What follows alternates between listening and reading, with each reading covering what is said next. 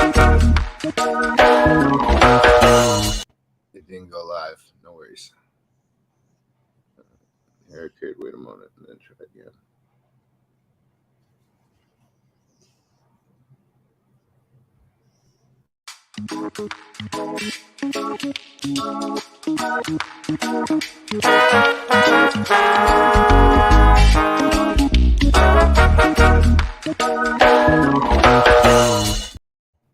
What's up, everybody? Welcome to Representing the Resin. My name is Jameson Wellborn, and today we're joined by Brennan and Wayne of Brindle Farms. Brennan, Wade, thank you so much for taking the time.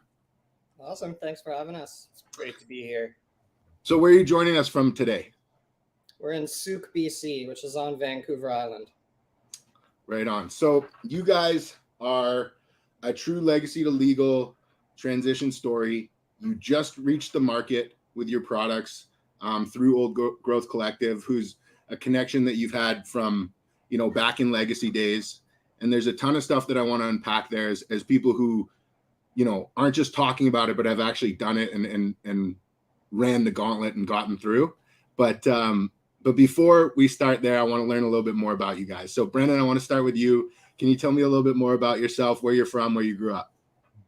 I grew up in Toronto, central Toronto, Yonge and Eglinton area. And I was out there until I graduated high school. I did 1 year at Dalhousie in Halifax, and then I moved out to here and did my undergrad at UVic. So what was life like, central Toronto growing up in those early days? Like, was cannabis a part of your life at that point? Yeah, I started smoking cannabis in grade 7, so pretty early, I would say. First time I tried it, I was definitely about it. I definitely, every few days, every other day, on the weekend, pretty quickly turned into every day. Was it were you aware of the plant for a long time before you tried it, or did those two things happen very close to each other?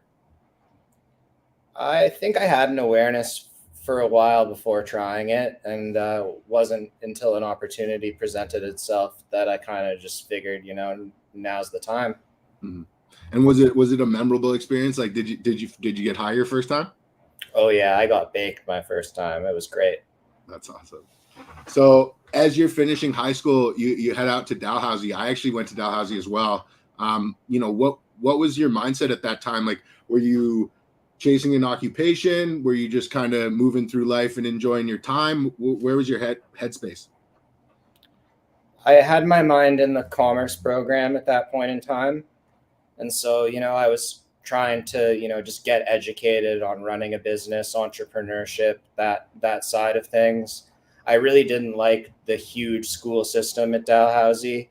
And, I had some friends that had come out to UVic, and just hearing about how the school system worked kind of on a much smaller basis, much more personal level. And that seemed a lot more appealing to me.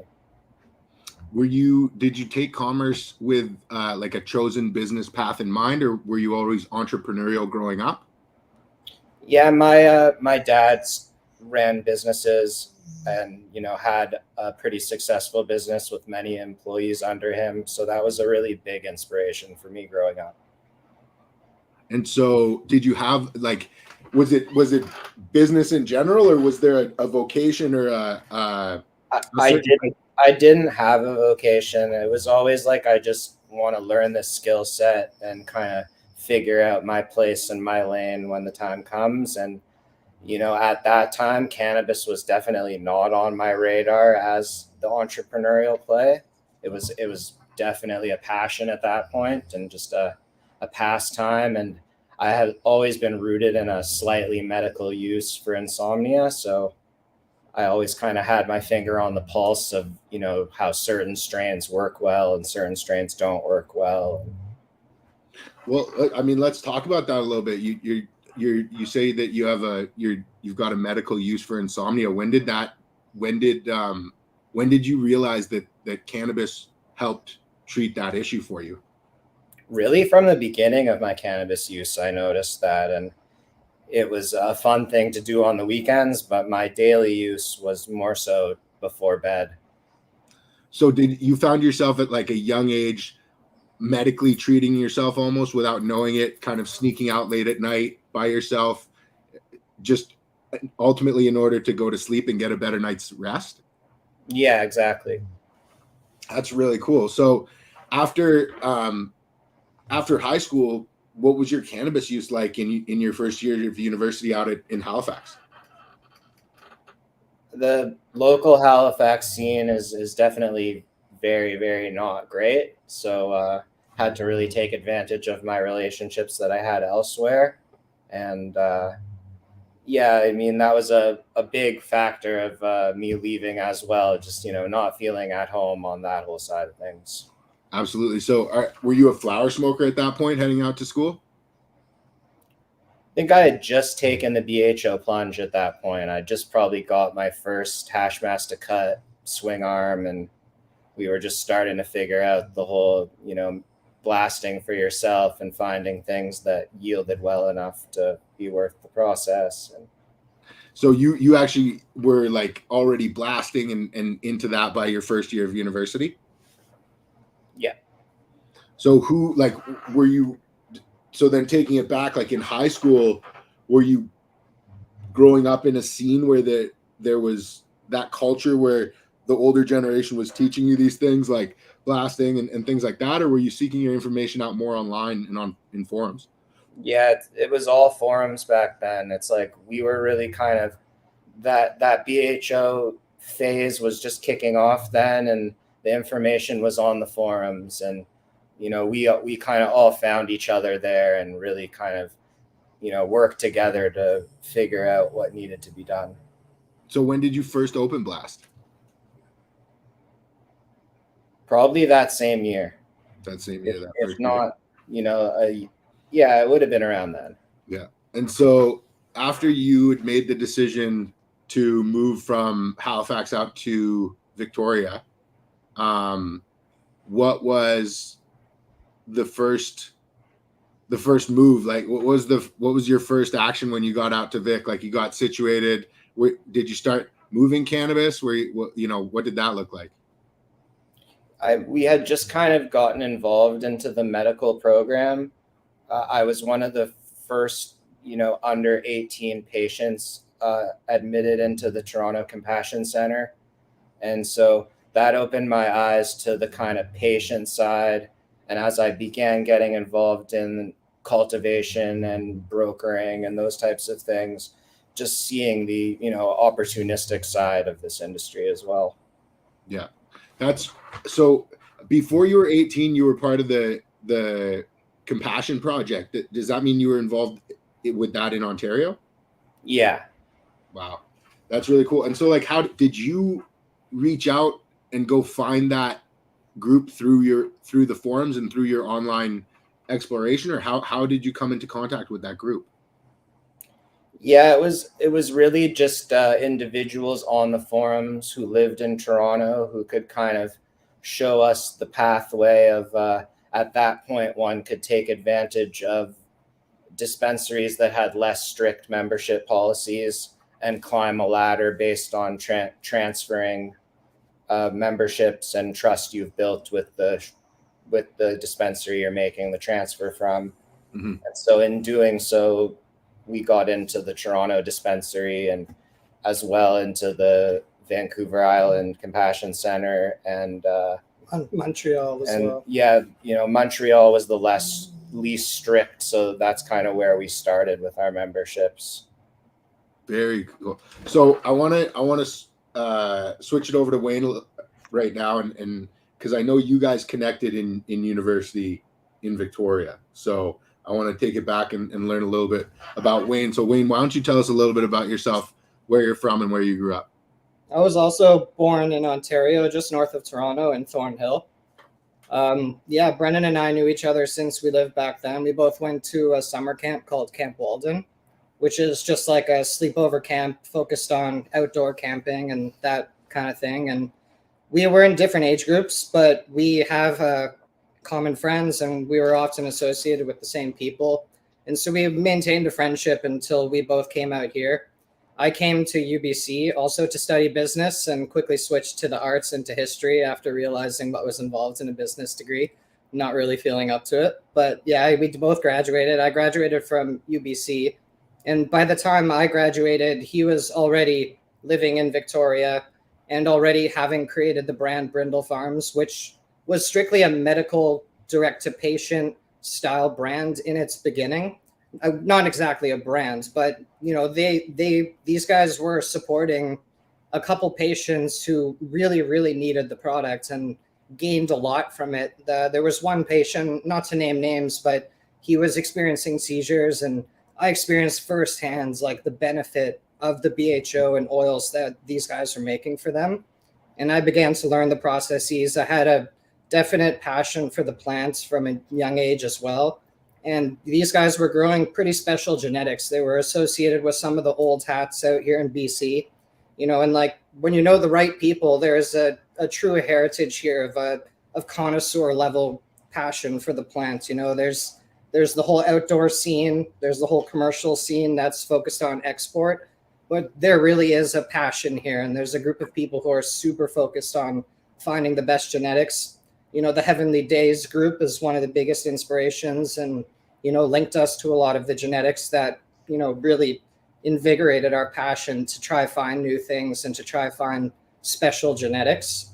So yeah, when we got together in those early days, we kind of noted the importance of incorporating and building a brand. So we incorporated Brindle Farms back then. That was 11 years ago now. So over a decade, the brand has existed, and we've copyrighted the brand since then, because we kind of knew we could, legalization wasn't really in the discussion right then, but we could foresee the future of building recognition, building customer support, and actually having a brand that people recognize moving forward. So yeah, given the timing was the biggest player. We were involved in the medical scene, dealing with direct to dispensary style cultivation, and as soon as we heard word that legalization was coming, we knew that it was going to be something that was going to be for us for sure. Absolutely. So before Brindle and before you moved out and sort of connected with Brennan, what was your relationship with cannabis like? When did you first become aware of the plant? Well, becoming aware that it was actually a plant definitely came a lot later than my actual consumption. I started mostly during high school as well. I was also more so a social outcast. I wasn't really involved in like the drinking, partying scene that was occurring in high school. And, consuming cannabis was hand in hand with, being kind of a pariah and just being on the social outskirts, which I was perfectly comfortable with. And it did slightly reinforce that lifestyle, but it also invigorated a passion for this plant. I also have medical conditions. I suffer from ulcerative colitis and have found a massive benefit in consuming cannabis and controlling my pain and being able to tolerate it on a daily basis and creating an appetite for myself. So daily consumption has been a part of my life for many years now, for sure. At what point were you able to identify the relief that cannabis gave you with your medical conditions? Instantaneously, most definitely.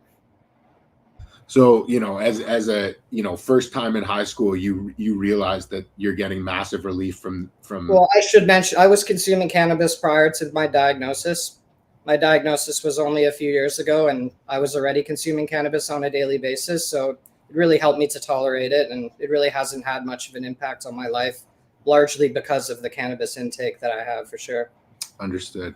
That's, I think there's a lot of people like that have undiagnosed issues that they're keeping at bay with habitual use of cannabis that they don't even realize. So I think that's really cool. So, you say that you originally went to UBC to study business and then quickly realized that you wanted to, that wasn't for you. What about that business degree wasn't appealing to you?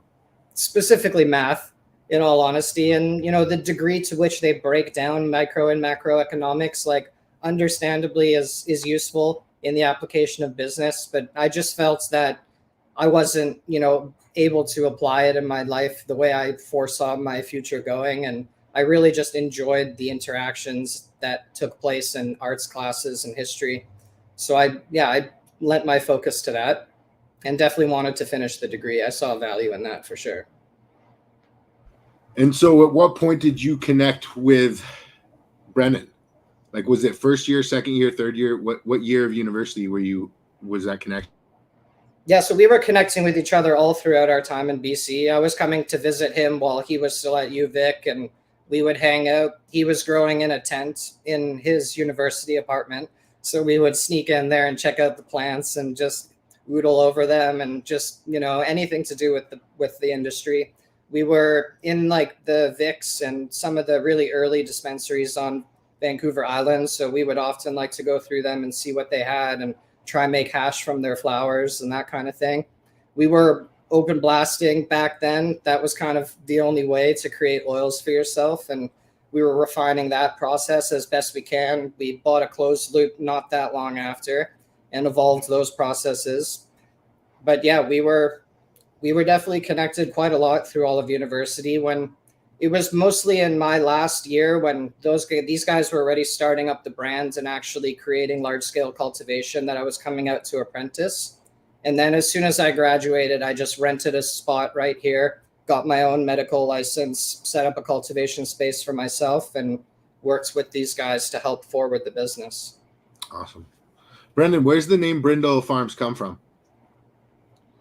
I mean, we were sitting around one day trying to figure out what unified us as individuals, and all of our dogs were in the room, and we all had brindle dogs, and really just said Brindle Farms, and it stuck. That's a pretty cool story. So when you start, at what point was Brindle started? Were you still in university, or had you just left? Or I didn't dive into cultivation until I graduated. I had a designated grower through my probably last 2 years of university, and became very frustrated with, not getting what I was promised and not getting sativa genetics given to me for my insomnia. And so, it was really a friend of mine from Chicago who was cultivating there, and he knew how it worked out here, and he really just pushed me and said, like, you get the right conversation with a doctor, they sign the form, and you're federally protected to just do this yourself, and then you only have yourself to blame, right? And like, I always loved cannabis, but growing cannabis was like a whole new Pandora's box. Like, I loved growing. so talk to me a little bit about that. Like, what did the scale up look like? Like, was it a fairly exponential scale up in your growing, in the size of growing that you were doing, or how did that work? I started with 2,000-watt air-cooled lights in a 4x8 tent, and then mirrored that to two tents, and rocked that out as long as I really could, and then made my first move to a real spot with a real full basement to play with, and we had 16 lights in that basement. And I put in a few years there, and Wayne ended up taking over that place once I'd kind of ran my paces there. And after that, I kind of had, a little operation going in a whole bunch of places, and, had to kind of consolidate back to putting my efforts into a few bigger operations. And then, like Wayne said, we knew we wanted to make some type of play in this legal atmosphere, and it was more just a matter of waiting for the right partnerships and the right real estate opportunities to present themselves. And as soon as the business park here in Souk kind of started materializing and giving permissive zoning to cultivating medicinal cannabis, there wasn't necessarily a guarantee that zoning would be given once recreational came, but they were giving commercial zoning for medical. So we just took the leap of faith that this is where they would want us to be.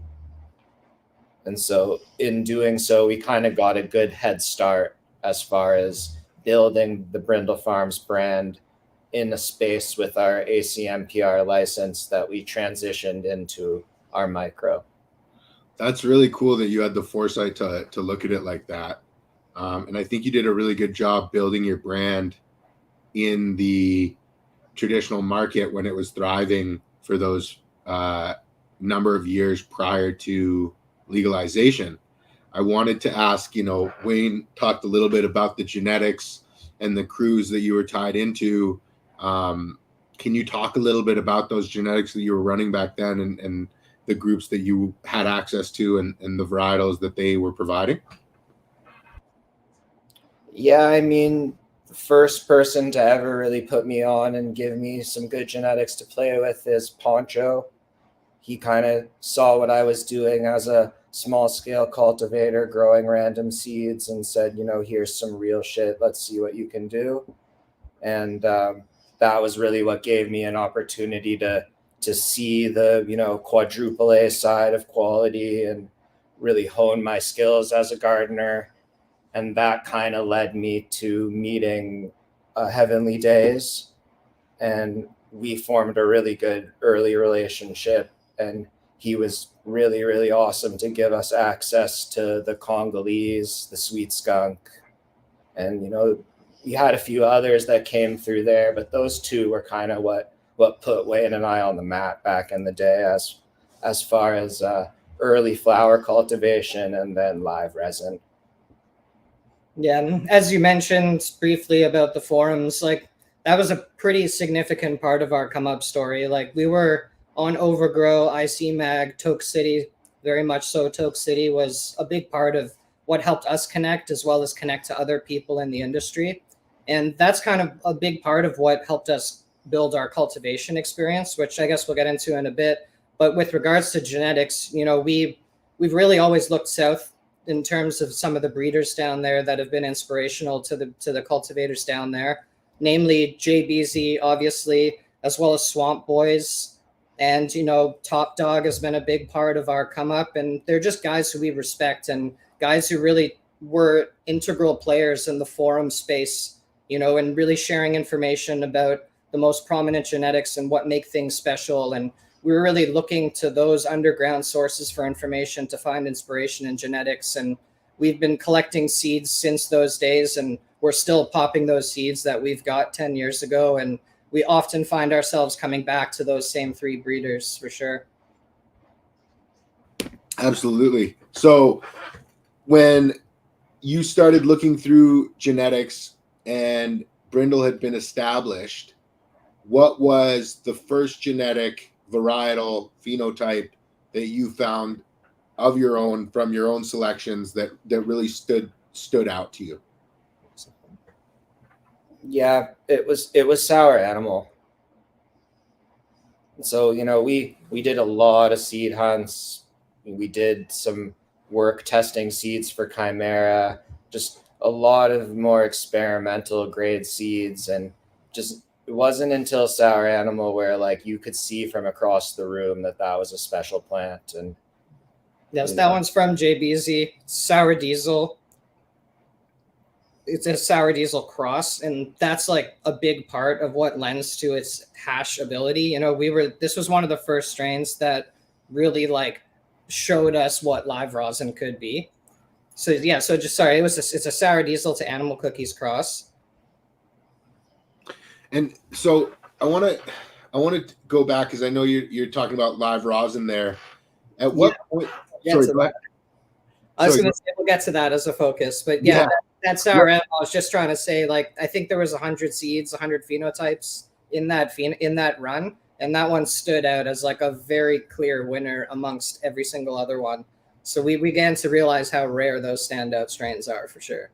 And so at what year are you doing these larger pheno hunts where you're looking through these 100 plant sifts and things like that? Like, is this nearing legalization around 2016 or what year is this? Yeah, it was when we first started going in the place that we're in now is when we were kind of able to actually dedicate a room's worth of space to these hunts as opposed to, one table or, a tent. Yeah, absolutely. I want to go back before we go forward and talk about when this Brindle Farms focus moved from BHO to solventless. Like, at what point did that take place? Do you have a time marker on it? Not really. You were here, right? Yeah. So roughly 5 years ago, we were sent some jars from the States from cultivators and hash processors down south who were making live rosin before we really even knew what it was. Like, we had tried flower rosin and still preferred live resin, BHO, to flower rosin, just from like a fully a bioassay standpoint, the taste, the enjoyment factor, the potency. We were just very partial to BHO. And once receiving these specific jars, I think it was like I think one was alien cookies. There were some Cali genetics, but there were some really, really good, really like clean 70 through 120 first wash live rosin. And it just showed us like how much of a cleaner experience, how much better it feels. And it must have been that day that we really just tried to start making it, and bought the freeze dryer before we knew how to use it, bought the rosin press, bought all the big bags and everything. And it sat for a while trying to figure out what we were going to do with it. But yeah, it definitely was a big step for us. And was there one of you that was more gung-ho than the other about the transition from solvent to solventless? This was around the same time as we were starting to think about the legal side of things. And it was just very obvious to the two of us that trying to do BHO in the legal framework was just going up against so much more regulatory difficulty and expenses than doing ice water. And so that, alongside of just like having been doing the solvent thing for so long, like we just weren't comfortable with that, being an everyday activity.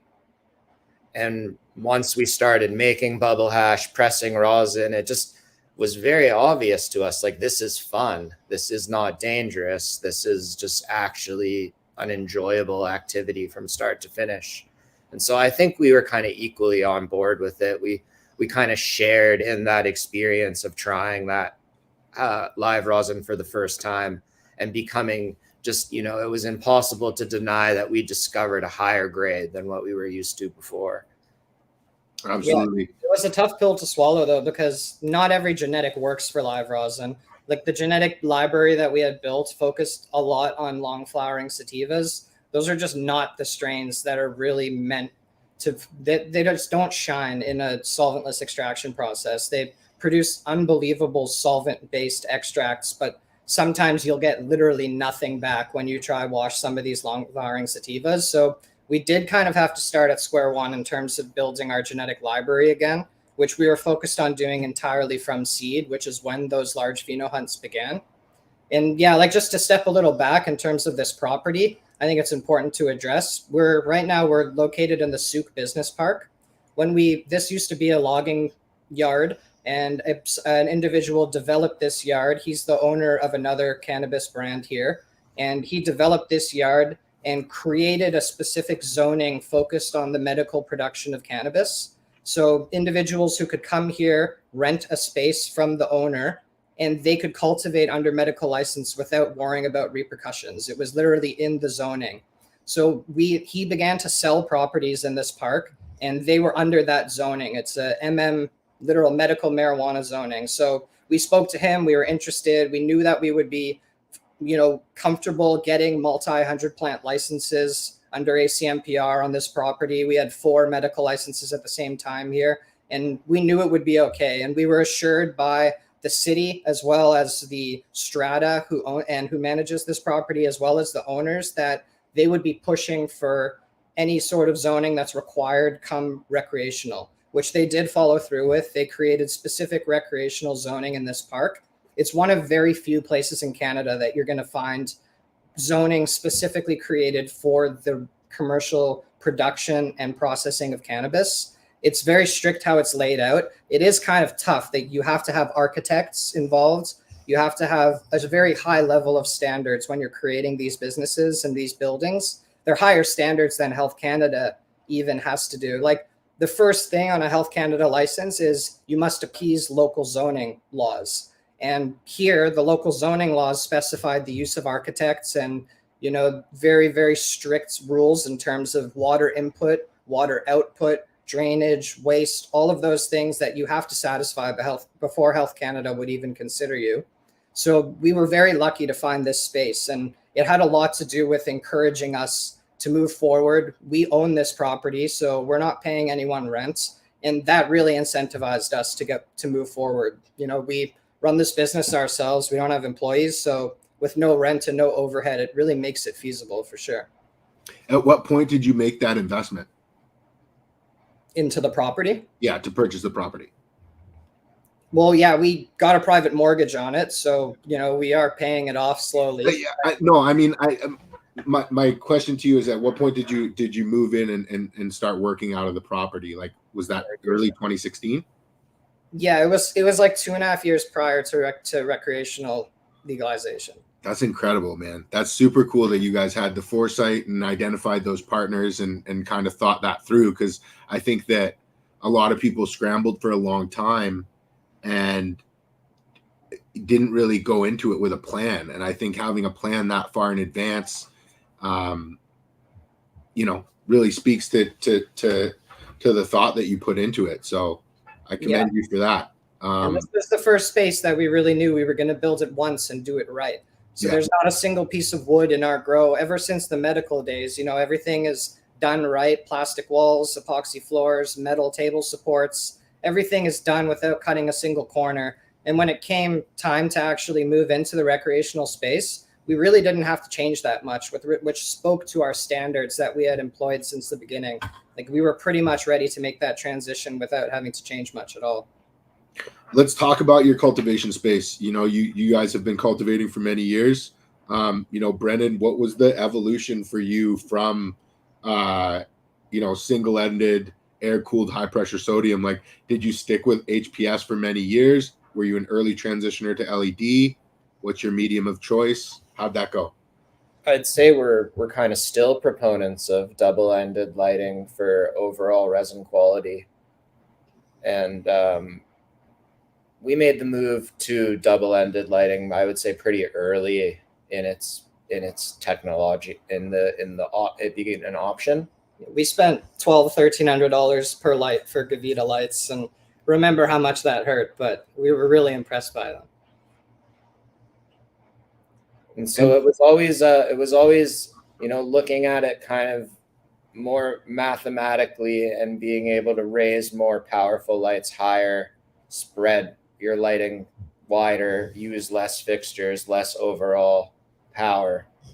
And if you had enough air conditioning to kind of handle the fixtures being in the room, because back in the day, we were kind of used to offsetting that heat in a separate space. And, you know, you could get away with putting the ballast in the crawl space and it would just stay nice and warm in there. And, you know, it was typically not prepared in the latent heat loads to have them in the room. So it was just a bit of an adjustment back then. And really back then, the really hardest thing was there wasn't Instagram grow guides. There wasn't like pictorial, like you just had to figure stuff out through text on the forums.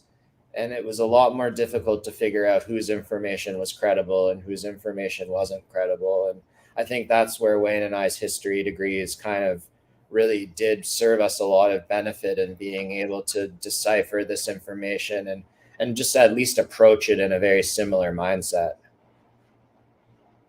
And what was your chosen media? Like, are you cultivating rockwool or cocoa or living soil? So I started out in the traditional peat soil, and we ran Lucas formula with general hydroponics nutrients for the longest time. Made the switch after doing a side-by-side comparison with cocoa, running the same nutrients, and saw much better growth that way. So that was when I started to get into more automated irrigation as well. It's kind of a necessity once you make the move to cocoa in small pots.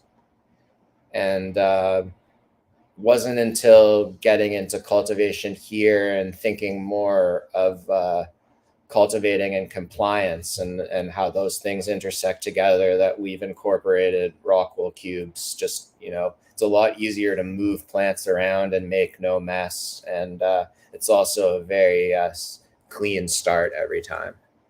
Yeah, so right now we're doing a pretty hybrid technique. We take clones into rock wool plugs, and then the clones will go into 4x4 rock wool cubes for veg. We just find it super easy. You can soak the cubes to their maximum water content, set them down on the table, put the clones in, and then by the time they dry down that first time, they're already rooted. You just keep them at the water content that you want, and it's just a really easy veg thing. It's uniform. And then we take those 4x4 veg cubes and we put them on top of a cocoa bag. And so they're going to probably root for a couple days where they're getting shots every hour. And then from there, they act as one uniform thing. The top cube dries out to pretty much nothing, and it essentially acts as a cocoa flowering medium. So we're gaining the advantages of a high-speed rock wool vegetation and then combining it with cocoa for flowering. We've done flowering in both. We find there is benefits to having like the microbiology that exists within a cocoa flowering medium. That was my question. Very interesting. I think that's a cool hybridization. And I think as we go forward, we're going to see more and more hybridization between these cultivation methodologies that were once kind of taught as, if you do this, you can't do that. So that's really cool that you guys switch from veg to flower, from rock wool to cocoa. Do you find any issues like during that transitionary period when those roots are setting into the cocoa? Nope, they seem to love it. We always make sure that the 4x4 cube is well rooted before being placed on top. And if you've ever placed a rock wool cube on top of anything, whether it's rock wool, cocoa, whatever, you'll notice that the bottom medium is going to wick the moisture from the cube. So if you just place a 4x4 cube on top of a cocoa pot, it's going to wick it to dry pretty much over the course of an hour or two. So we're giving that top cube really small shots every hour, even through the night phase for the first couple days, just to make sure that that top cube is staying in the 30 to 50% moisture, and it's going to force it to look for water down low. And then once we go up and we shake it a little and we see that it's clung, then we'll cut the watering off and let the bottom pot dry down. So it is kind of a little bit of a dance, but when you do it right, you're really gaining the benefits from all types of mediums. So it's something unique to us, but it's also something a lot of others that have inspired us do as well, for sure. Are you putting biology into your feed once you're into flower, or are you depending on the biology that's inoculated into the cocoa mix prior? Yeah, like this is going to come to our discussion of why we're not doing living soil. We in the legal space, every single product we create is tested for microbiological, contaminant. Contaminant is not even the right word to use because they're testing for the presence of microbiology in your samples. And so for us, we're fresh frozen, we're freezing our entire crop. But before that crop can go to the processor, we have to present a clean COA showing that the microbiology is under the allowable amounts by Health Canada. And the processor won't take the cannabis before we can prove that. And, it's just always been a worry that if you're literally cultivating microbiology in the medium, that you're increasing the chances of potentially failing these tests. I'm not saying that you can't cultivate cannabis that would pass tests in a living soil space, but we find it's going to be difficult. And, the potential losses of foregoing an entire crop due to microbiological contamination is a lot to consider. And then there's the other argument of consistency, where we just find that, we've refined our genetics to the point where we can create products that we want to from each respective genetic, and we can do it consistently because we know the recipes of what to feed those genetics and what they expect in each of their respective weeks of flower. When you're cultivating a living soil that, is changing state and composition from crop to crop, you can't expect to have a consistent product forever in perpetuity. So between those two factors, that's what have steered us towards drip irrigation. And we stand by it. We definitely do not ever talk down upon living soil. We find that the products that have grown from living soil have the potential to be equal or greater. I've never been proven empirically that one is better than the other in terms of the resin that it can create. Some genetics prefer one medium to another, undeniably. But yeah, we would never talk down upon living soil cultivation methods. It's just it fits us to use salt-based inputs. Will you pheno hunt differently than you would cultivate a room for commercial fresh frozen? What do you mean by that? Like when you're setting yourselves up for a pheno hunt, are you still running that same methodology that you would be if you were running a room for fresh frozen, or are you slightly modifying your methodologies, perhaps using smaller cubes or smaller plants? Like, do you run everything the same as you would with a commercial flower room when you're pheno hunting, or would it we do our best to, like, we kind of have our program. There's flexibility in the way we feed and our irrigation strategies, but if something's not going to work in our program, it's just not going to work in our facility. And that's kind of how we approach it. So it is about pheno hunting within this framework and finding the strains that are going to agree with our veg times and the way that we like to train our plants, and as well as just the feed strengths and that side of things. So we do our best to mimic the plant size and also just run the exact same feed programs. Absolutely. I want to talk a little bit about your lab. Are you guys running a machine, or are you hand washing? We're hand washing in 65 gal bruteless basins. So we kind of operate two of them staggered at the same time. And what kind of bags are you using? We receive into a 32 gallon bruteless setup, and we use a stock set of fresh Hetty's bubble bags to collect into. And are you guys proponents of a specific way of washing? Like, do you feel as though one direction without many turns, or are you, how do you guys like to wash? A big thing that we think is important is like a consistent motion. So, like staying the same speed and keeping the material moving in the vortex, and just kind of avoiding that dead space from being able to occur. And I would say that we don't really like abrupt changes back and forth where you can kind of feel the material smacking against the paddle. And again, you're kind of working against yourself over time when you wash that way, right? Yeah, I think you're creating more work for yourself down the road, and ultimately sacrificing quality. But what are your thoughts on fresh press? Like, is that something that you're big fans of, or do you tend to prefer more cold cure?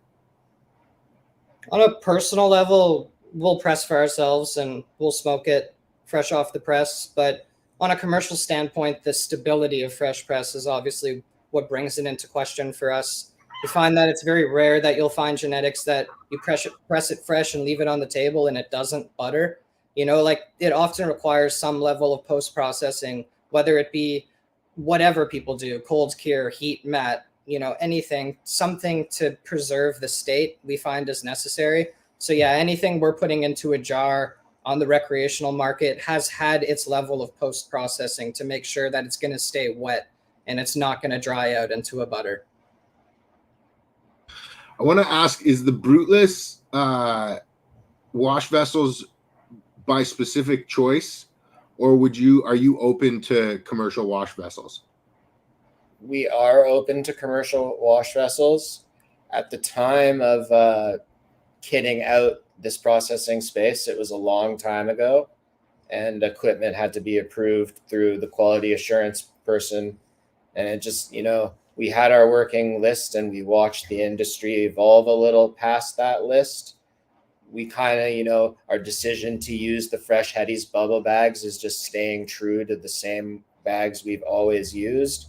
And we looked at the 65 gallon bruteless as just something that was simple enough that we could be sure it wasn't going to ruin our process in some capacity. As we kind of get moving forward and get our feet off the ground here, we're really starting to see the, both sides of having hand washing, and we're really just, I want to see automated washer work in front of my eyes and learn its ins and outs before I kind of hop on board with one of them. Absolutely. Do you have a conceptual preference between top agitation and bottom agitation? The bottom agitation is kind of just always weirded me out as far as That's where the hash wants to settle, right? yeah, exactly. And as well as the material, if it's not, being spun quite quickly. So this is where I feel like all of these machines have their pros and cons and nuances. And, looking back to my experience with purchasing a closed loop extractor for BHO, it's like at the beginning, everything's got an extra zero. Everything is just you're paying to be the guinea pig. The new revised model comes out by the time you're landing yours. So we're just kind of being a little patient. And yeah, like we're very happy to stay true to our hand washing approach. We are small scale. We're able to hand wash our products. So why not? Once we can be proven that a machine can help us along, that's cool. We definitely feel like we are throwing away a decent amount of material. We'll wash it by hand for a full 8-hour day. And then, the material is still kind of producing hash. And, there's the option of throwing it in one of these automated washers, letting it run overnight, coming back to the lab next day, getting a bunch of edible grade hash that you might have thrown away before. These type of things are important because obviously the bottom line is a big factor in keeping a company afloat, and you can't afford to be throwing products away. So we are intrigued by the idea of it, but we will not sacrifice quality to improve efficiency. It doesn't really make sense to us to do such a thing. Do you feel quality can be achieved at the same level as hand washing with commercial automated washing vessels currently? We hope to be proven so. Yeah, like I don't feel like I have enough firsthand experience of trying a product that's been made with automated washers and being able to form any comparison. But just trying to think about it fairly, like your employees get tired over the workday, like are they really going to operate at the same consistent speed as a washer that's set correctly? Like I see the potential there 100%. Yeah, we're not closed-minded to a variable speed being able to be more consistent. As you said, it's definitely intriguing. So I want to touch on hash yields because I know it's something that you guys have even referenced to in the big earlier in our chat. And what are your thoughts on the standardization, or how are you quantifying your rooms and the yields that are coming off? Are you still yielding within a certain micron of loose resin, or are you judging rosin per square foot? Like, how have you best been able to quantify that metric for your business?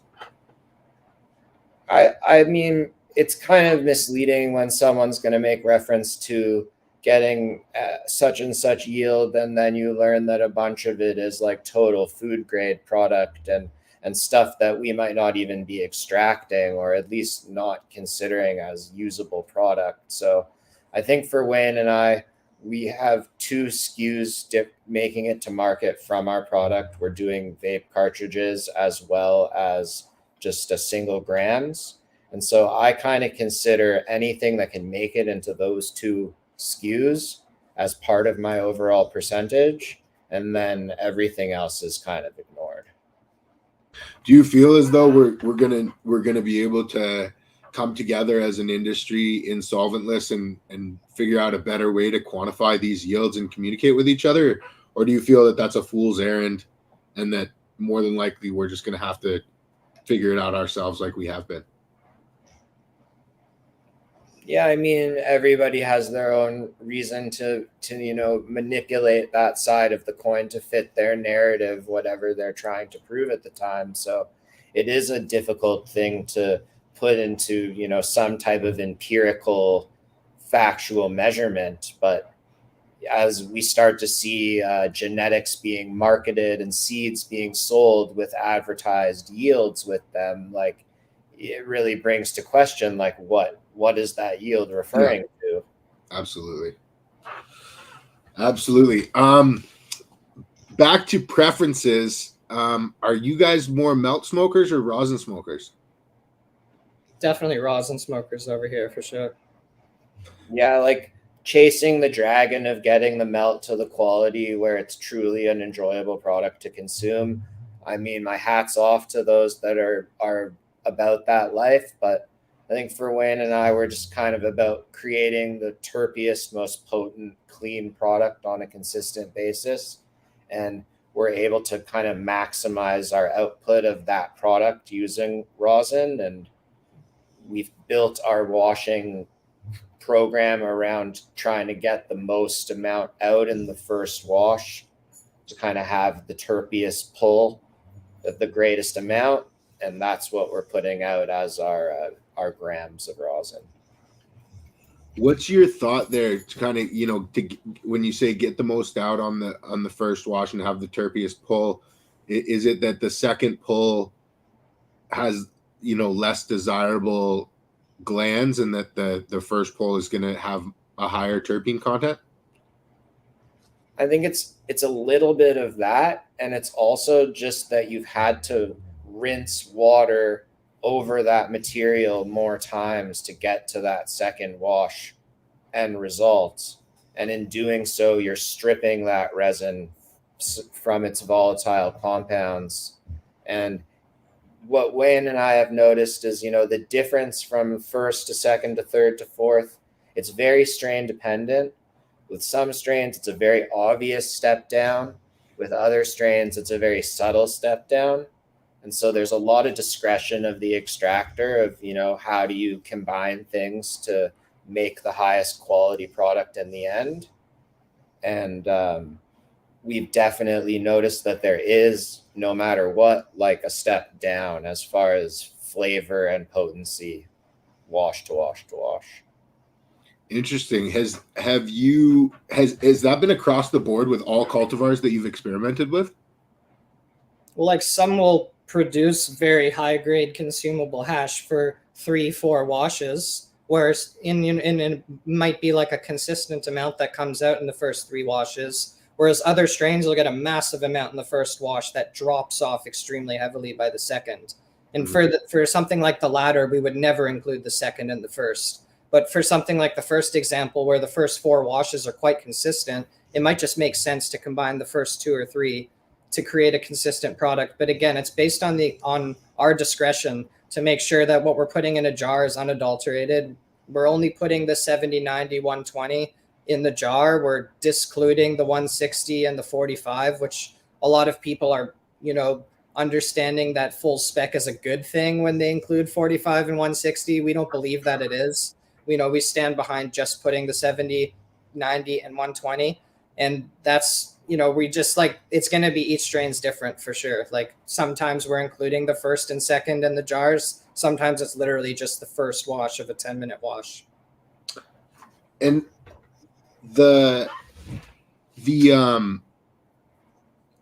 how Brindle works, or how Brindle Farms works currently, or how you're set up in the legal space now, are you purely supplying the flower from your cultivation that goes out as Brindle, or are you going to be working with other cultivators?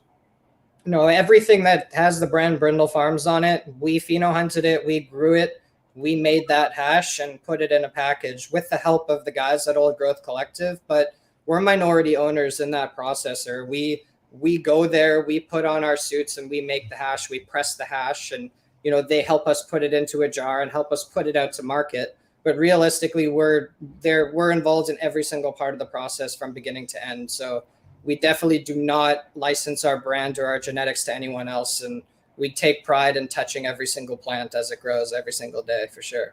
That's very cool. How important do you think it's going to be to have your own genetics that are unique to your brand as things move forward and mature in the industry? I think that's the key to success, to be honest, for sure. And it's another part of that is to keep it constantly evolving. Like any connoisseur, any consumer, they want the next best thing. They want the new thing. They want to try what everyone else is talking about. And as growers and cultivators, we need to be a year ahead of those people. So we've already found our cut. We're already growing it and we know how to extract it and we've built a recipe for it. It takes a long time, but again, it helps to look down south to a lot of the influencers down there in the cannabis space. Like they're determining a lot of what is going to be hot in the future. And if we can stay on that pulse and be ready to bring those things to market as people want them, then I think that's where we'll find success. Interesting. So have you played at all with any type of semi-cured Jesus tech, like partial dry experience, or are you just doing whole plant fresh frozen? It's something that's on our radar. Like we are really, really passionate about bringing sativa haze rosin into the legal atmosphere, bringing it back into our lives. And definitely seems like that can be a big part of getting a yield out of these strains. So I can't say that we've tried it yet, but we do certainly intend to. I was going to ask you, Brennan, it's interesting that, one of the strains being the Congo was, brought in and championed by you guys. Are you drawn to those sativas as well as the heavy indicas, or are you just purely looking for that sedative vibe? The thing that always resonated with me was like, I am a pothead. I love this plant. I consume it all day. So my decision to consume it before bed is like that one session a day. Yeah. So it's like there's all the rest of the day. There's all the morning and afternoons. Yeah, and these hazes aren't for everybody, as I'm sure you've seen. It's heart thumping, can induce anxiety. But I've always just got the focus, the clear headed. Like I definitely got through university writing essays super high on sativas. That's just what I loved.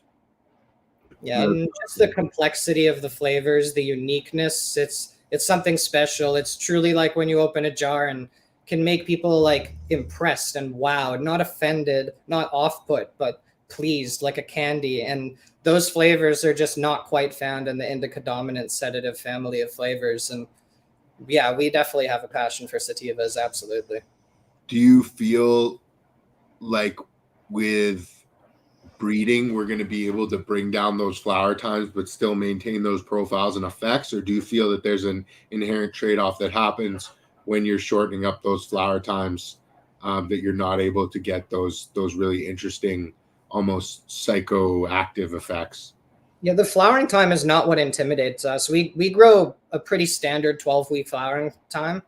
Like anything that flowers in 9 weeks, we're usually off-put by it because we're like, that flower's too fast. It's probably not developing the complexity that we're looking for. And we're often right when it comes down to that. Like the stuff that we pheno hunt, it wants over 11 weeks, usually 12. So it's more just the actual feel of it. Like when you go into a grow room or outdoors and you touch a plant and it's wet and it leaves that like literally liquid feeling on your fingers, that is not what you want when you're looking for solventless extracts. You want it to be sticky and dry. And like, yeah, we can definitely, through breeding, I'm sure we can get the sativa profile and effects with, it's more so just the literal structure of the resin head that needs to be refined to make it more suitable for the mechanical extraction of solventless. You're running your flower rooms in the legal cannabis space at 12 weeks? Oh yeah. See, that's a big part of it is we're owner operator. Nobody's telling us we got to flower on a certain schedule. Nobody's telling us what genetics we have to grow. And we make those choices. When we want to pre-veg for a couple weeks, we do that. And there's nobody who's going to be upset by that. That's really cool. I've got a lot of respect for that. I don't think many people in the legal Canadian market are flowering longer than 10, to be honest with you. So that's a definite unique factor. And I think so. Like, what are you guys' thoughts on the Canadian market as a whole? It's been a really rough go. You guys are a true transition story from the legacy into the legal space now. Are things about to get a lot better, or is it going to be a struggle going forward for the next few years? I mean, it's kind of this catch-22 at this point where the legal side of things wants to reflect this attitude that high quality is not a thing that's going to work. The buyers aren't there. This attitude of like that it's somehow only in the black market where that can succeed. But we saw this with flour already. Like there was no good flour available in the rec market. No one was shopping for it there. Now we've kind of evolved to where there are some choices. We're starting to see those customers come back. We're starting to see brands be able to gain some traction that way. And all of a sudden we have a market evolving. And so I foresee that same opportunity happening with extracts. It just takes a bunch of brands actually doing the work and putting out product that's worthy of consuming and kind of pushing these retailers to open their eyes and see the opportunity to get these customers back in their door. And so it's been really cool so far to see the reaction of our product and just have people start to see that it is possible for rec products to maintain that same level of quality. Can you talk a little bit about the products that you mentioned that you're bringing a cold cure and a pen to market? Can you talk a little bit about those? Yeah, so we came out to market with 3 strains: sour animal, animal style, and LA Kush Cake. They're, like Wayne said, we pheno hunted the 3 of these strains. We've selected our phenos. We were able to bring our genetics over in our micro application process. And so these are plants that we pheno hunted in the same facility that we're now growing them in the micro. So we really had an opportunity to hone in our SOPs from the cultivation side to have a very consistent output every time on quality, cannabinoids, all of that side of things. And as far as with what we've chosen to bring to market, we really wanted to just stay true to putting the best possible single grams out. We just really want to be part of that force of dispelling that notion of, like premium rec can't exist. And we want to show people it can, and we want to show them with the stuff that Wayne and I like to dab. That's the attitude that we've taken there. Like just try and put forth that true Percy grade product. And then the vape pen side of things is really an opportunity for us to get our brand in the hands of, the everyday smoker, the person who's not as interested in solventless and all of that. But in doing our little bit of, customer research, seeing what people think about these solventless pens, they kind of sell themselves in the fact that like they're a lot better than a distillate pen. And so we're just about to get those out and start to see what people think of them, but we're really, really excited about that opportunity. We think that we've really been able to make a super, super impressive product for that type of consumer. Did each of the varietals go into pen as well, or are you only selecting 1 or 2 of those to work into the pen? Yeah, we chose not to put the animal style out in a pen. We just find its cannabinoid to terpene ratio is really not what you want for a good pen. It's not going to flow correctly. Yeah. So rather than trying to, cook it down to get it to work or, take some type of shortcut, we just chose not to release that one in a pen form. What are your thoughts on jams? Is it something that you've done a lot of exploration in, or something that you haven't preferred to kind of stay away from? So a big thing for us is like, rather than taking our totality of our rosin, heat teching it or cold curing it, we're making an action to a portion of it, and then we're conglomerating it back with the original rosin. And we're doing that, like Wayne said, to kind of focus on stability and focus on shelf life. And I personally don't like the idea of applying heat to something as a whole that we've really spent a huge effort of keeping cold up to the point before that, right? So are you talking about, like, say if you potentially have some drier rosin that you're taking out a portion and then jamming it out and then re-adding that to create a wetter or better, more malleable offering? Absolutely. So what are the biggest challenges? What were the biggest challenges for you to get to market, being, you know, a small cultivator, you know, an entrepreneurial self-funded startup? Like, I'm sure there were more than 20, but what was the biggest one, the biggest frustration for you guys? I think kind of everybody says this, but the slow speed at which things move forward.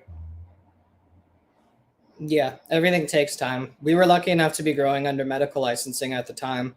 So we were kind of the attitude, like, let it take as long as it needs to. We're pretty happy here. But, you know, like, we had the luxury of being able to be in that position. If you were finding a space and then renting it with the intention of licensing it and building a business, you're in for a really long time of paying rent without earning money. And that's like a massive obstacle for people. And there's no real way around that unless you're going to buy yourself a space and be able to monetize it until the time of licensing, for sure. And, like, do you see changes coming? Like, I know with BC, these new regulations, you recently were able to do a drop directly with Sunrise. That must have been pretty cool, coming full circle. Do you think that in the future, people are going to be able to insure a cold chain for you, and you're going to be able to deliver products, potentially fresh press or potentially, you know, other products? Yeah, absolutely. Farm gate sales is already in discussion in Canada. Like, things are changing every year, always for the positive. At the very beginning, you remember them talking about processors having to have literal bank vaults with cement walls on their premises. And then they changed that. And everyone who built these bank vaults, they have them now, and they had to spend that money. And that's just the cost of early entry. That's just going to be the way it is. But yeah, things are becoming more lenient, more approachable, and Health Canada is becoming more accepting year to year. So I really do think that it is progressing towards a better space. We've found things like the direct delivery that you've mentioned are making this just a much more appealing space to be in. You know, the BC provincial government was intaking extracts, having them sit in a non-air conditioned warehouse before distributing them to stores. Now we're able to overnight ship or courier on ice direct to stores, and we can have a direct personal relationship with the stores, see what they're ordering, make sure that their customers are happy, that their bud tenders are educated, and we can just really play a larger role in terms of the distribution of our product, which is extremely glorifying for sure. Talking about playing a larger role, how important do you think it is as craft producers and owners of a small brand to control that path to market that you currently do? Well, we can't control it. We can't determine which store is going to buy our products, you know? So there might be a really small store in rural BC that opts to buy through direct delivery, and we have to fulfill that order. We can't turn it down. Okay. So yes, there might be stores that intake our product that don't know how to treat it and they don't know how to describe it, but we are informed of those purchases. So we can see on the back end which stores are ordering, and we're taking that personal initiative to reach out to those stores, talk to their managers, make an effort to educate their bud tenders. And we do this because we want to. We have a passion for it. We want to make sure that our products are well represented. And, you know, we take a personal role in doing that for sure. So we've already created and established relationships with every store that plans to carry our products for sure. That's amazing. Would you say that you guys anticipated legalization in the way it unfolded fairly well, or did you have a much different assumption of how this was going to look?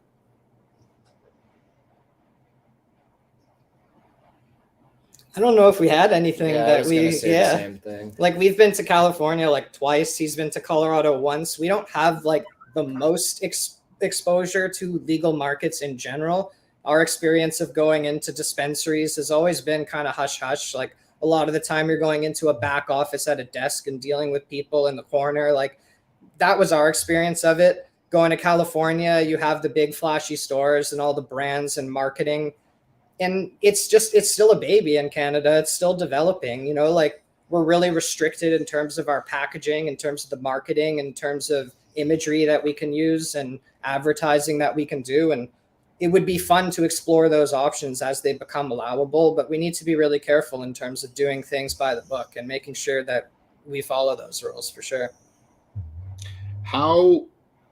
What grade would you give Canada for legalization?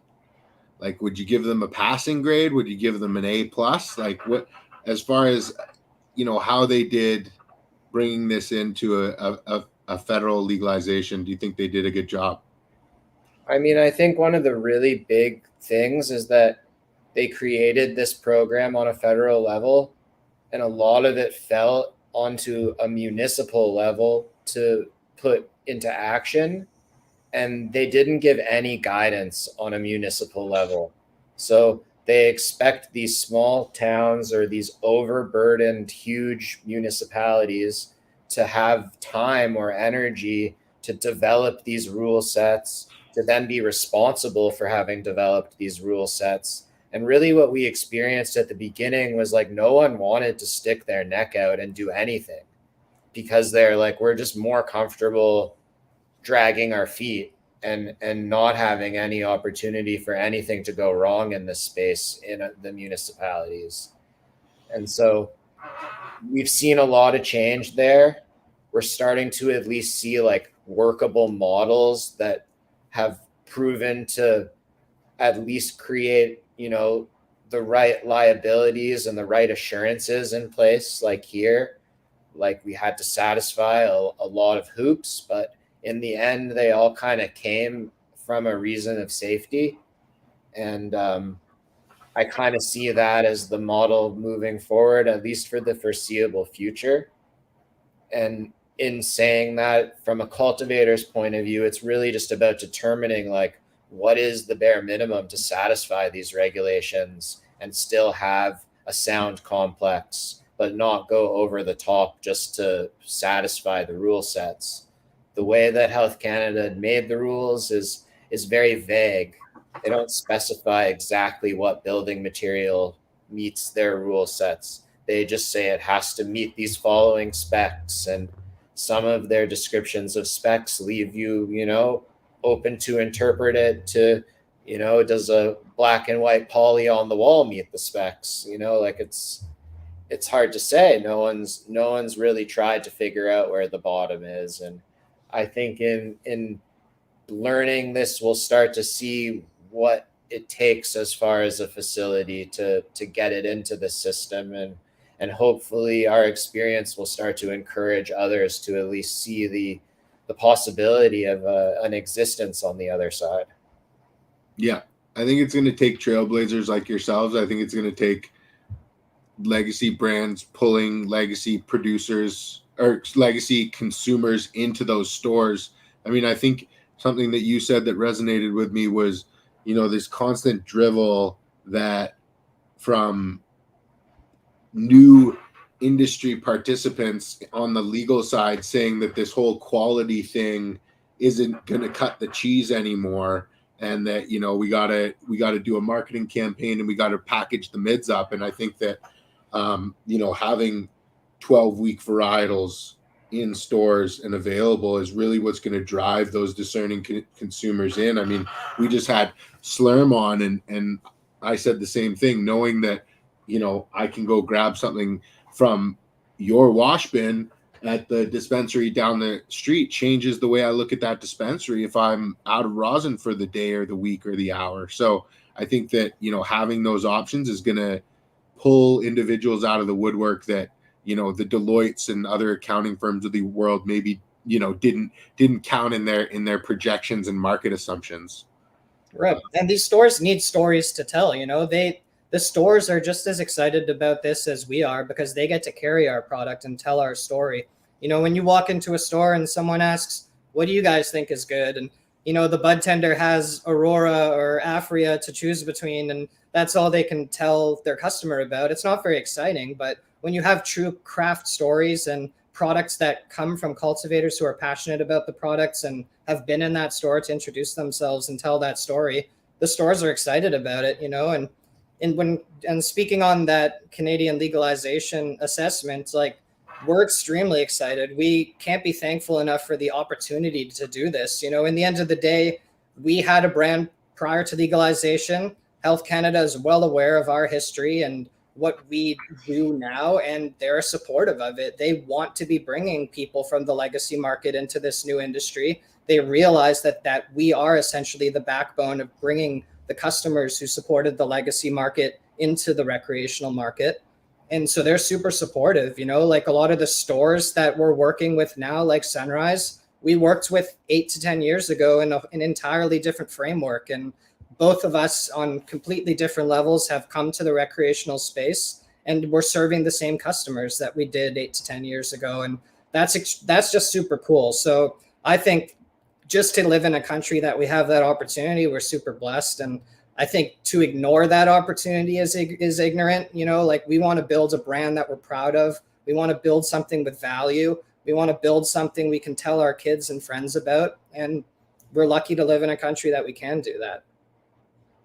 Absolutely, man. I agree with you. It's fun to get to do what we do every day.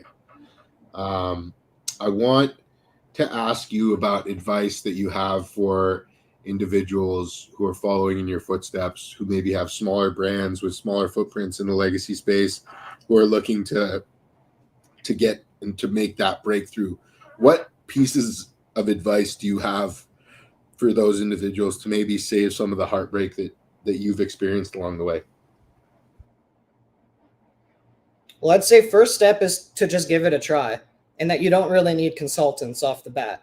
Because the way it works with Health Canada, you can submit an application in its most simplistic form, and their reply is going to tell you your deficiencies in said application and where your shortcomings are. So yes, you need to have a facility constructed before you can apply to Health Canada for a license, but the facility does not need to be outfitted. You don't need lights, you don't need HVAC, you don't need anything inside except for the literal walls itself. So yes, you need to have a facility, but it doesn't need to be outfitted. So it's important to know the nuances. And then once that facility is licensed, the things that you put inside there are really up to you. You don't have to buy the most expensive equipment. A lot of people are becoming licensed with extremely small spaces. As small as 6 to 12 lights have received a microcultivation license. So as long as the city is okay with it and Health Canada doesn't identify deficiencies, then you're going to make it through. And you don't need expensive consultants to tell you what might be shortcomings. You can just apply and then find out through the process for sure. It's definitely a lot more lenient than you might expect it to be based on like the level to which a lot of licensed producers have built their facilities. Brennan, what's one lesson that you wished you learned earlier in your hash making career that you would pass down to other hash makers? The importance of having very solid communication between the person cultivating the cannabis and the person doing the extracting. I think in the pheno hunting process, a lot of the time, it's not necessarily known whether that specific run of material was the best run or maybe a not so great run. How long was it flowered? There's all of these details that can be tweaked along the way that can maybe take something from a 7 out of 10 to a 9 out of 10.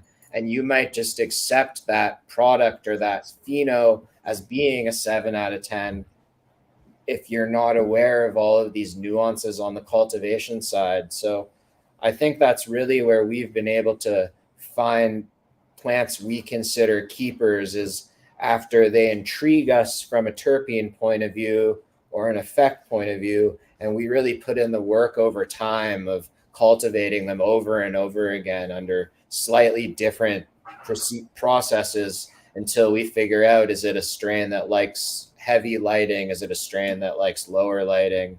Is it a strain that will be more aggressively drying down and require more irrigation? It's just like things that take a lot of time to figure out. And it's not until you've figured them out, grown it out to what you really feel is its maximum potential, to where you can really make your call in that sense. And, you know, that's something that I see is kind of lost in translation a lot of the time with people who are newer to making hash.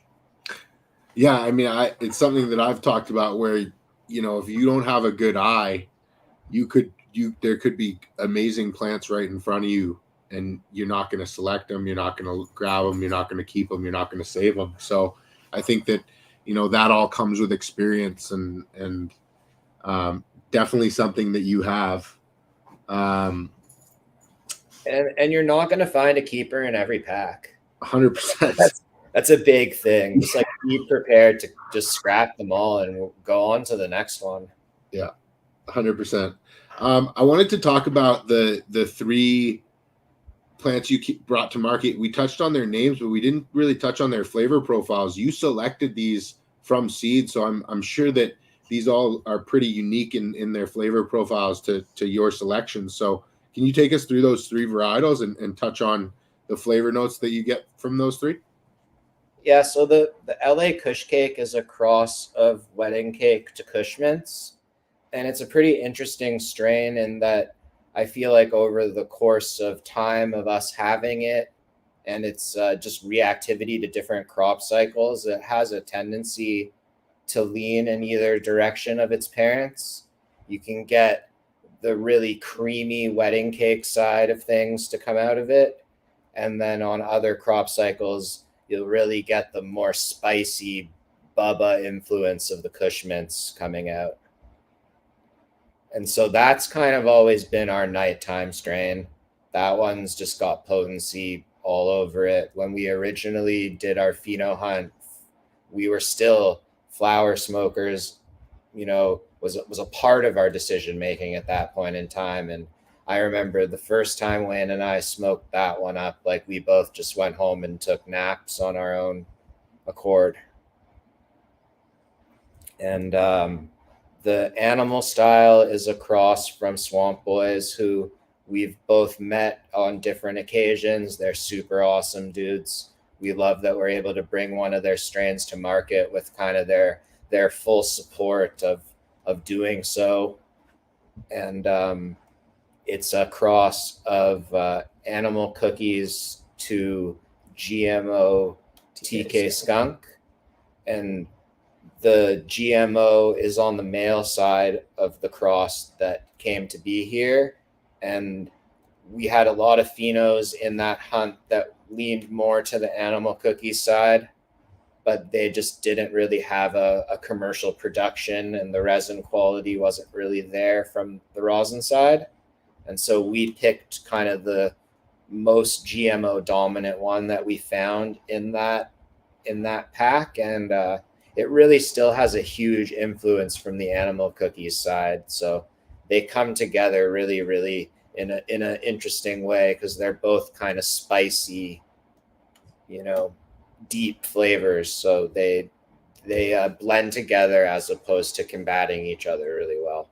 Yeah, and that one's a super fun one to grow. It has that GMO influence, which definitely intimidates a lot of growers, but we grow with a double-ended lighting with 16-foot ceilings in our grow rooms. So we love the super stretchy plants, and we like to let that plant express herself, and she'll get 7 feet tall sometimes. And it's just like the animal cookies will help bring density and structure to what would otherwise be very airy buds that the GMO is known for putting out. So it does flower really long, like somewhere in the 77, 80 days range, but it gets super, super long spears that look like they have animal cookies buds on them. So they're like dense, cush looking buds on the super elongated structure of a GMO. So it's kind of like the best of both worlds in terms of our preference. Will that dump in the first wash, or does that dump later?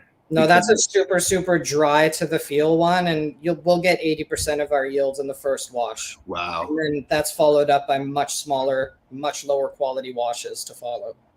And what was your final cultivar? It's called Sour Animal. So that's a sour diesel crossed to an animal mint back cross. And that was kind of the first strain that put us on the Seed Junkie map.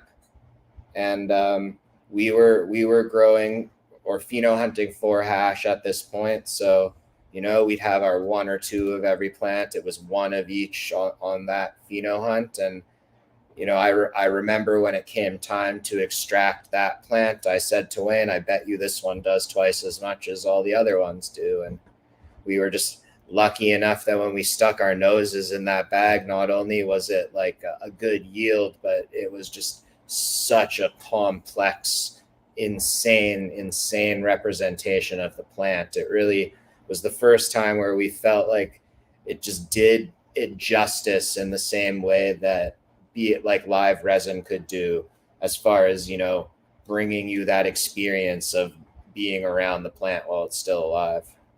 But it's also notably one that we wouldn't have selected for a flower program. Like, it's also really long flowering, and it's also pretty scraggly and hard to get it to put in focus into buds. So you're usually getting like a very large amount of small buds that aren't really well developed, and it's hard to get a lot of weight per light. But none of that really matters to us when we consider the quality of the resin that it creates and the uniqueness of the profile. So it's definitely a mainstay for us, for sure. Special one. That's incredible. So what's the plan going forward for how Brindle brings cultivars to market? Are these going to be mainstay flavors, and then there's going to be new things that come in, or will these be cycled out and new things be cycled in? What's your plan there? So we were able to make a pretty sizable genetic declaration as part of our application. And so, like we mentioned before, we really want to make an effort to, you know, have our brand satisfy that connoisseur diversity, and really, you know, not have you just be like, oh, great, sour animal again. Like, we really just want to keep it coming with new flavors. And something we're really excited about is, you know, bringing these new exclusive flavors into the legal channel and seeing, you know, like how many of these legacy customers are going to get up and go and get them when that's the new only way to get it, right? Like, I don't think the Canadian industry has really evolved to that point where anyone's made that move yet. So we're just really excited to keep our pheno hunts going and you know, stay true to what I said before. You know, you don't find a keeper in every pack, and you just have to have that standard of, you know, only letting ones get into commercial production that meet that standard of the rest of the cuts that we have. Yeah, and we'd like to have help from our customers and let them help us decide which strains do well, judge reactions. You know, with tissue culture, we have the option of banking strains, putting them away for years at a time, and then coming back and bringing them back again in the future. We don't think that we would ever kill off sour animal and never grow it again, but there's a good chance we'll bank it through tissue culture and then let it have a resurgence in the future. But our cultivation space is limited. Under micro cultivation licensing, we're only allowed just over 2,000 square feet of canopy space. That canopy space includes your mothers, it includes your clones, it includes whatever pheno hunting that you're going to be doing as well. So we have to be very considerate on the way we allocate those square feet. And as consumers ourselves, we want the new best thing. We want the next interesting thing. And that's what we plan to bring to customers. We want to always be introducing new things. And if there's interest in bringing back a mainstay, we're always open to that as well, for sure. Are you guys comfortable with the 2,150 square foot canopy that you currently occupy? Or are you going to, you know, quickly look to expand into a different license or location? I think we're very comfortable with our size of operation right now. I think a big, you know, dance of this whole play we're making is that the industry is not quite there from a just ready to swallow up these crops whole point of view. So we're happy we're not burning any more than we are.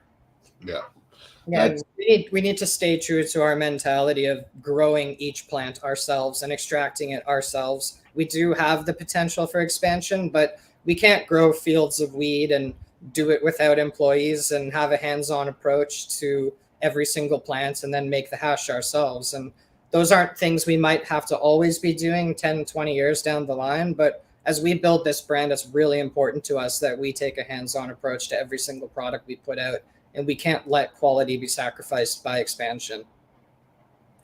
That's very admirable, and you know, not an attitude often taken in the legal space. So I commend you guys for that. And I think, you know, from what you're doing, everything from the 12-week flower cycles to just owning your own cultivation facility, minority ownership in the processor, and getting in there and, you know, being the guys at the wash bin. I mean, that is everything that you want to hear, you know, about a hash company. So, you know, hats off to you guys. Good job. That's very cool.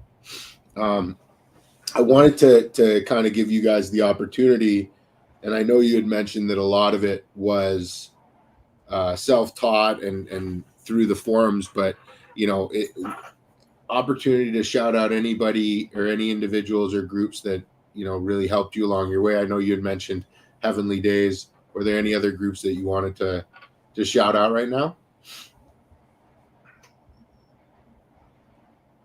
Well, like in the old school Overgrow IC Mag days, there were guys who inspired us into learning automated watering systems, like Don Juan. And I guess, yeah, Don Juan was a big guy. I guess if you know the name, you'll know who we're talking about. He's a big influential figure on the old school underground forums, and he kind of pioneered the application of golf course style irrigations and large outdoor vegetable irrigation programs to indoor cultivation spaces. Like we use dosatrons, which are automated nutrient injectors for inline nutrient injection for drip irrigation systems. So we have like a pretty complicated system where there's water sensors sensing the water content of a pot. And when it gets to a certain dryness, the computer calls for a watering. The nutrients are automatically mixed and dosed to that specific zone.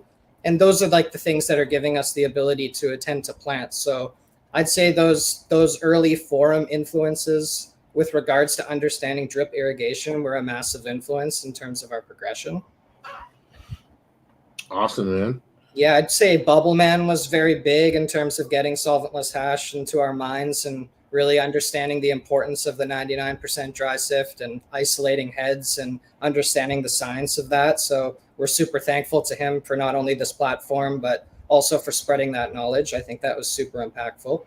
Absolutely. Shout out to Marcus for everything. He's made a lot happen. I mean, the solventless space wouldn't be where it's at today without the work that the groundwork he laid. So hats off to him for sure. Yeah, and probably John Conroy and Kirk. They were huge instrumental factors in terms of progressing the legal space. I think their movements in the medical sphere had a massive influence on the manifestation of recreational cultivation. So hats off to them as well, for sure. Absolutely. I've reached out to Kirk to have him on. I'd love to and he's already agreed. So we're going to have him on later, probably early next year or later in the year to tell his story. So we're super excited about that. Brennan, Wayne, where's the best place for or your products? Your products are available countrywide through Mendo Medicinal, I believe, and then currently BC. Any other provinces planned, or currently just BC and then on the medical space? Yeah, OCS is picking up the sour animal cartridges in the new year, so that'll be a big deal for sure. It's like a massive clientele, obviously, to be entering Ontario. The OCS is very strict in terms of what products they pick up and how often their reorders are, and everything like that are very strict. So you have to be willing and ready to meet their desires. And they are the largest cannabis purchasing entity in the world, and they represent a lot of influence in terms of what your products need to look like. And we're really not willing to sacrifice our quality, which means that our prices have to be a certain place, which is not very appealing to the OCS. So we're limited on terms of which relationships we can create with different provinces. We're quite focused on BC right now. We're super thankful to Mendo Medical to expand our access across the country. They have a great platform. We would definitely suggest people go there. But yeah, in terms of BC right now, we're in Sunrise, we're in THC, we're in Squamish, we're in Muse and Chiba, and there's more coming on every day. So if you're a customer and you want your store to carry it, you can go in there and tell them to reach out to us, and we'll get them set up. That's awesome. That's awesome. Make sure you go to your store and ask for it. Where's the best place for people to get in touch with you? Instagram, we always reply to our DMs pretty much instantaneously. We also have a website, brindlefarms.com, and it has a submission form where it goes directly to our emails, and we reply to every single one. We like to make ourselves available. You know, if you have any questions about our products, if you have any concerns, any interest, or you just want conversation, feel free to reach out. We have a passion for it and love speaking to people about it. Awesome. Well, Brennan, Wayne, thank you so much for taking the time, man. I appreciate you coming on, and super excited to get your product. I'm going to be in BC next week. I'm definitely going to try and hit up a store and grab a couple things in there, and definitely yours as well. So thank you so much for taking the time, and appreciate having you on. Thanks to you as well. We had a great time. Absolutely. Cheers, everybody. Hope you enjoyed the show.